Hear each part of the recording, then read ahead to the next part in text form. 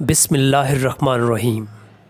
ناظرین، کیا آپ جانتے ہیں کہ اللہ کے دو نبی ایسے گزرے ہیں کہ جن کی بیویوں کا ٹھکانہ ان کے برے اعمال کی وجہ سے جہنم بنے گا؟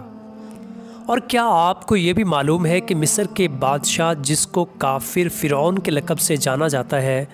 اس کی بیوی اپنے اچھے اعمال کی وجہ سے جنت کی زینت بنے گی؟ ناظرین، آج کی اس ویڈیو میں ہم جانیں گے ان 4 قابل عبرت عورتوں کے بارے میں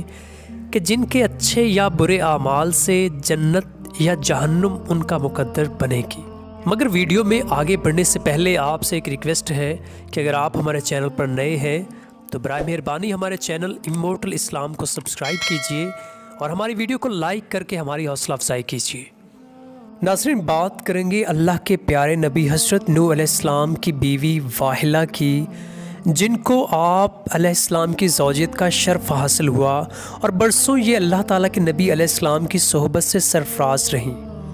مگر ان کی بد نصیبی قابل عبرت ہے کہ ان کو ایمان نصیب نہیں ہوا، بلکہ یہ حضرت نوح علیہ السلام کی دشمنی اور توہین و بے ادبی کے سبب سے بے ایمان ہو کر مر گئیں اور جہنم میں داخل ہوئیں۔ یہ ہمیشہ اپنی قوم میں جھوٹا پروپوگینڈا کرتی رہتی تھی کہ حضرت نوح علیہ السلام مجنون اور پاگل ہیں، لہذا ان کی کوئی بات نہ مانو۔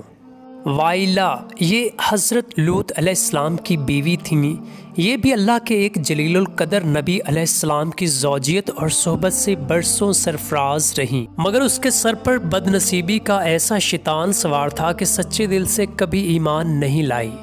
بلکہ عمر بھر منافقانہ رہی اور اپنے نفاق کو چھپاتی رہی۔ جب قوم لوط پر عذاب آیا اور پتھروں کی بارش ہونے لگی، اس وقت حضرت لوط علیہ السلام اپنے گھر والوں اور مومنین کو ساتھ لے کر بستی سے باہر چلے گئے تھے۔ واحلہ بھی آپ کے ساتھ تھیں۔ آپ نے فرما دیا تھا کہ کوئی شخص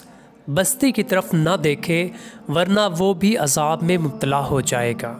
چنانچہ آپ کے ساتھ والوں میں سے کسی نے بھی بستی کی طرف نہیں دیکھا اور سب عذاب سے محفوظ رہے، لیکن واحلہ چونکہ منافق تھی، اس نے حضرت لوط علیہ السلام کے فرمان کو ٹھکرا کر بستی کی طرف دیکھ لیا اور شہر کو الٹ پلٹ ہوتے دیکھ کر چلانے لگی کہ ہائے میری قوم۔ یہ زبان سے نکلتے ہی ناگہاں عذاب کا ایک پتھر اس کو بھی لگا اور یہ بھی ہلاک ہو کر جہنم رسید ہو گئی۔ آسیہ بنت مزاحم رضی اللہ عنہا یہ فرعون کی بیوی ہیں۔ فرعون تو حضرت موسیٰ علیہ السلام کا بدترین دشمن تھا، لیکن حضرت آسیہ رضی اللہ عنہ نے جب جادوگروں کو حضرت موسیٰ علیہ السلام کے مقابلے میں مغلوب ہوتے دیکھ لیا تو فوراً ان کے دل میں ایمان کا نور چمک اٹھا اور وہ ایمان لے آئیں۔ جب فرعون کو خبر ہوئی تو اس ظالم نے ان پر بڑے بڑے عذاب کیے اور بھاری پتھر ان کے سینے پر رکھ کر دھوپ کی تپش میں ڈال دیا اور ان کا دانا پانی بند کر دیا، لیکن ان مصائب و شدائد کے باوجود وہ اپنے ایمان پر قائم و دائم رہیں اور فرعون کے کفر سے خدا عز و جل کی پناہ اور جنت کی دعائیں مانگتی رہیں، اور اسی حالت میں ان کا خاتمہ بالخیر ہو گیا اور وہ جنت میں داخل ہو گئیں۔